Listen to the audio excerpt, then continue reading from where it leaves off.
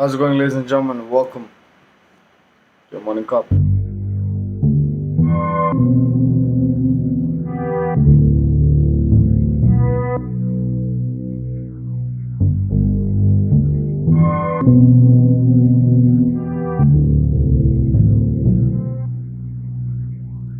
We start today off with Hong Kong, and Hong Kong is in the news again because dozens of Hong Kong protesters, especially the ones that were prominent, have been arrested under certain national security laws by mainland China.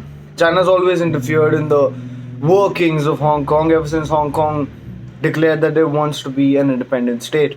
Hong Kong has always had democracy ever since the Britishers handed over Hong Kong its own civil liberties. But China's always encroached on the fact that Hong Kong belongs to China. After the end of the 100-year lease, Hong Kong is supposedly supposed to go back to China and be under the one party rule there.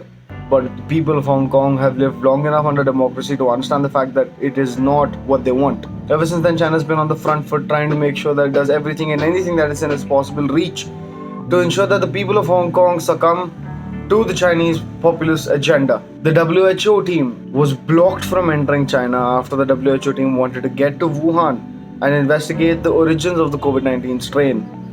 Chinese officials have blocked the entry of the WHO, and that has spread wild speculation throughout the globe. Is this them trying to cover their tracks? Is this them trying to wipe evidence clean? Is this China admitting to the fact that they are at fault and hence they do not want to be incriminated by evidence that could have been found by the WHO team?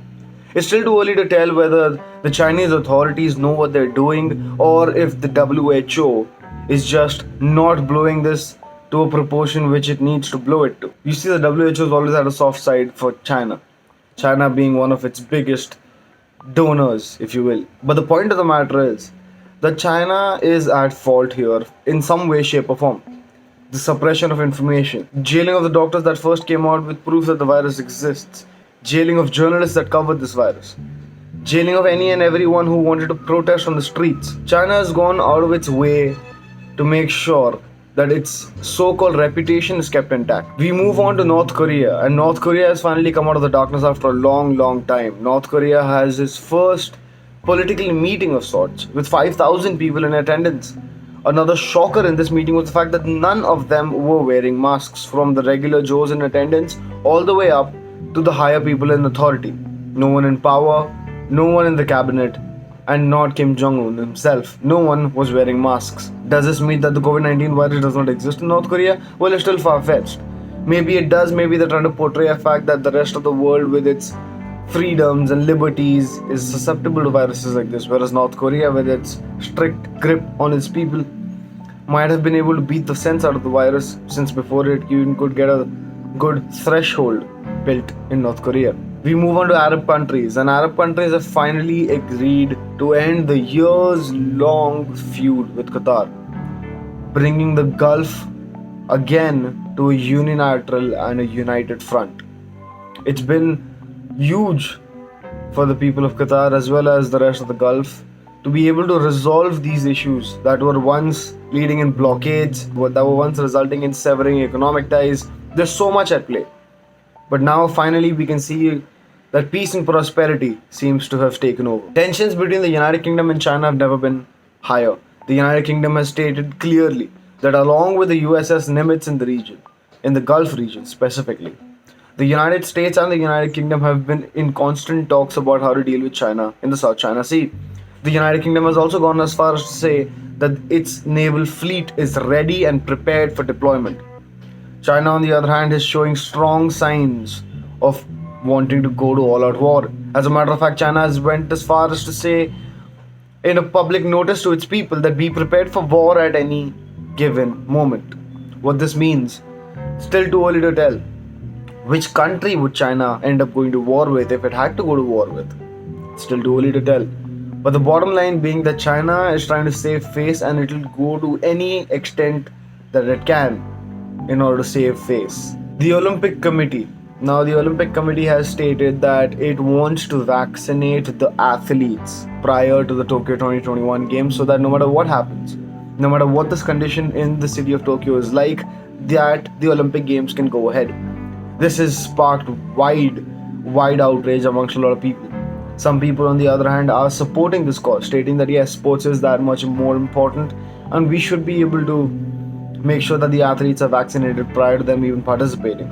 But the other half says that healthcare officials and frontline workers and old age home people and people more susceptible to the virus should always be more prioritized than athletes.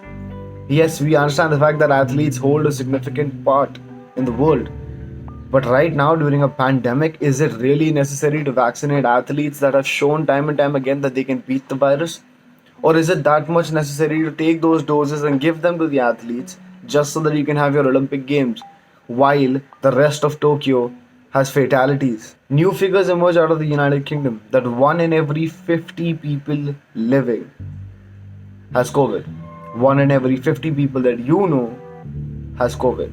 That's how rampant this virus has gotten. That's how rampant this virus is spreading across the United Kingdom. Prime Minister Boris Johnson has also stated the fact that this is unprecedented, the rate at which it's spreading. The first wave or the first 2 weeks of lockdown to curb the curve, all of that happened, and this seems to be 10 times the rate at that spread initially. You see, the United Kingdom is facing lots of adversities for now. But with the commencement of Brexit, people otherwise believed that the United Kingdom would be better off. But sadly, Brexit came through. The United Kingdom is no longer a part of Europe. And the United Kingdom has been hit drastically with this new strain. What this means for the economy of the United Kingdom, what this means for the people of the United Kingdom, what this means for its ties, its trade deficits, all of that, still yet to be seen. The world is changing at a rapid pace every single day. As we speak, thousands, if not millions, of people have converged on the Washington DC area in front of Congress. People have demands. People do not put their faith in the electoral system that happened. We don't know what this will result in. We don't know. The final result of the electoral college that's supposed to come out today, will that be the end all be all? Will Joe Biden be sworn into office on the 20th of January or not? Most of the odds say that of course he will. He is the president-elect. And then there are right-wing media houses that say that there is no way in hell that he will. That if Joe Biden gets into office, it won't go well for the rest of the people. I don't know if those are open threats. I don't know what to expect next from a nation that is divided right down the middle.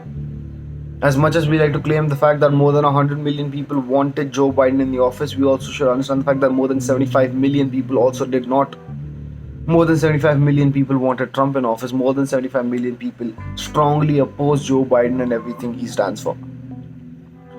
If that does not amount for a country divided, then what does? And until we find some common ground, I'll see you tomorrow. This has been your morning cup.